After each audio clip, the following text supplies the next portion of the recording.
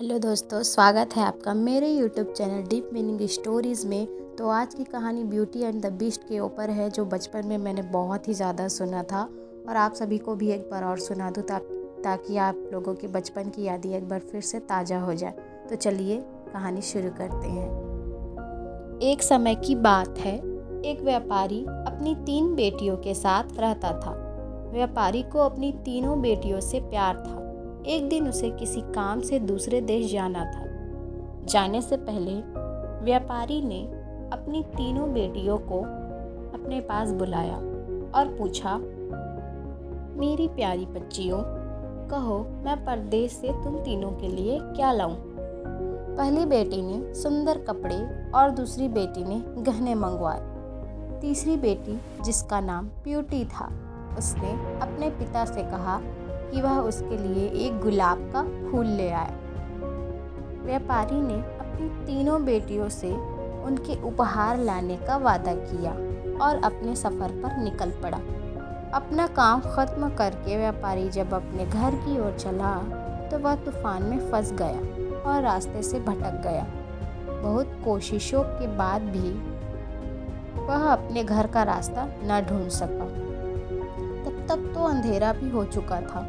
तभी अचानक उसकी नज़र एक रोशनी पर पड़ी जो दूर एक महल से आ रही थी। व्यापारी ने सोचा, शायद महल में उसे रात बिताने की जगह मिल जाए, इसलिए वह उस तरफ चल पड़ा। जब व्यापारी महल में पहुंचा तो महल में कोई भी नहीं था। उसने हर तरफ देखा, लेकिन उसे महल में कोई नहीं मिला।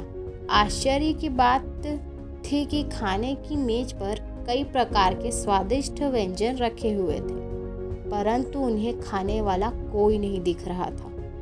भोजन को देख व्यापारी की भूख और बढ़ गई थी, इसलिए उसने भर पेट खाना खाया और एक कमरे में मुलायम गद्दों पे सो गया। सुबह व्यापारी ने जब महल के बगीचे में सुंदर गुलाब खिले दिखे तो उसे ब्यूटी से किया हुआ वादा याद आ गया।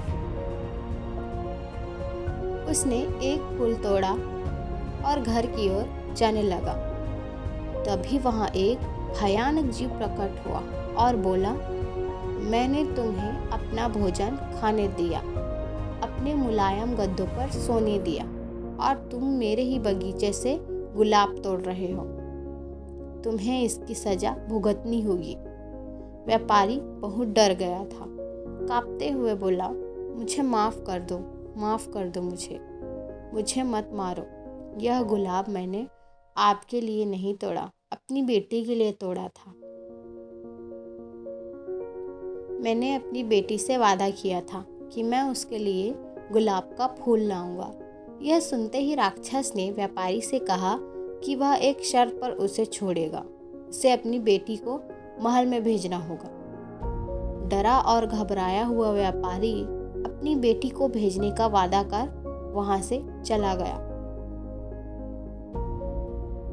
घर पहुंचकर व्यापारी ने अपनी बेटियों को सारी बात बताई और ब्यूटी से माफ़ी मांगते हुए कहा, अपनी जान बचाने के लिए मुझे उस समय कुछ समझ नहीं आया और मैं राक्षस से यह वादा कर आया। मुझे माफ़ कर दो ब्यूटी, अपने स्वार्थी पिता को माफ़ कर दो। ब्यूटी ने अपने पिता के गले लगते हुए तसल्ली दी, आप बिल्कुल परेशान ना हो पिताजी, मैं आपका किया हुआ वादा जरूर निभाऊंगी। ब्यूटी जब महल पहुंची तो बहुत घबराई हुई थी। राक्षस का भयानक चेहरा देख कर वह बहुत डर गई, लेकिन राक्षस ने उसका खुले दिल से स्वागत किया। राक्षस ने उसे रहने के लिए अपने महल का सबसे अच्छा कमरा दिया और जब ब्यूटी आग के सामने बैठकर कढ़ाई करती तब राक्षस उसके पास घंटों तक बैठा रहता और उसे निहारता रहता। धीरे धीरे दोनों एक दूसरे के साथ अच्छा लगने लगे और वे अच्छे दोस्त बन गए। अब वह दोनों सारा दिन एक दूसरे से बातें करते और खुश रहते। राक्षस को ब्यूटी बहुत अच्छी लगती थी और वह उससे शादी करना चाहता था, लेकिन डरता था कि ब्यूटी एक राक्षस से कभी शादी नहीं करना चाहेगी। बड़ी हिम्मत जुटाकर एक दिन उसने ब्यूटी से अपने दिल की बात करने का फैसला किया। जब वह ब्यूटी के पास पहुंचा तो देखा कि ब्यूटी अपने पिता को याद करके बहुत उदास है। उससे ब्यूटी की उदासी देखी नहीं गई और उसने ब्यूटी को एक जादुई शीशा दिया जिससे वह अपने पिता को देख सके। ब्यूटी बहुत खुश हुई, लेकिन जब उसने अपने पिता को देखा तो वह बहुत बीमार थे। यह देख ब्यूटी ने राक्षस से अपने पिता से मिलने की इच्छा जताई। राक्षस ने उसे पिता से मिलने की इजाज़त दे दी और 7 दिन में वापस आने को कहा। ब्यूटी ने तय समय में आने का वादा किया और अपने घर चली गई। ब्यूटी को सामने देख व्यापारी खुश हो गया और जैसे जैसे उसे पता चला कि राक्षस देखने में भले ही क्रूर हो लेकिन वह दिल का बहुत ही नेक और दयालु है, व्यापारी की सेहत और सुधरती गई। परिवार से मिलने की खुशी में 7 दिन कब निकल गए ब्यूटी को पता ही नहीं चला।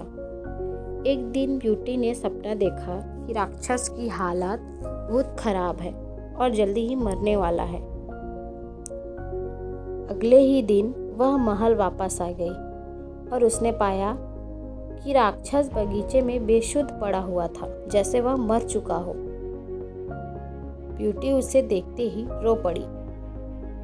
तुम मुझे छोड़कर मत जाओ, मैं तुमसे बहुत प्यार करती हूँ और तुमसे शादी करना चाहती हूँ। मैं अपनी सारी जिंदगी तुम्हारे साथ बिताना चाहती हूँ। जैसे ही ब्यूटी ने यह शब्द कहे, एक रोशनी ने राक्षस को ढक लिया और जब रोशनी गायब हुई तो भयानक और क्रूर दिखने वाला राक्षस एक खूबसूरत राजकुमार में बदल चुका था।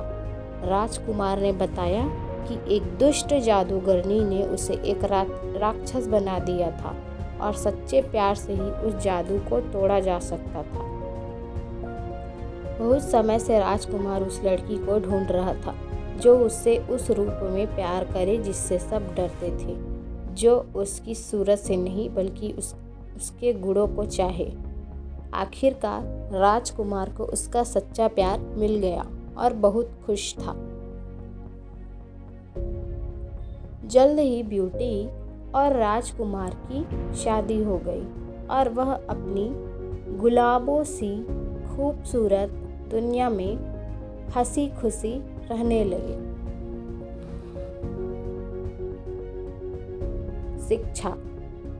इस कहानी से हमें यह शिक्षा मिलती है कि हमें किसी की सूरत को देखकर उसकी सीरत का अंदाज़ा नहीं लगाना चाहिए। इंसान का बाहरी रूप सिर्फ दिखावा है, उसका साफ दिल, उसके गुण देखकर इंसान से प्यार किया जाता है।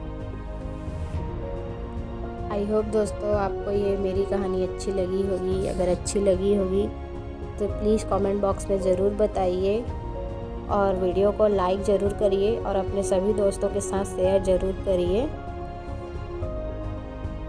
बस, और मेरे चैनल को सब्सक्राइब करिए। धन्यवाद।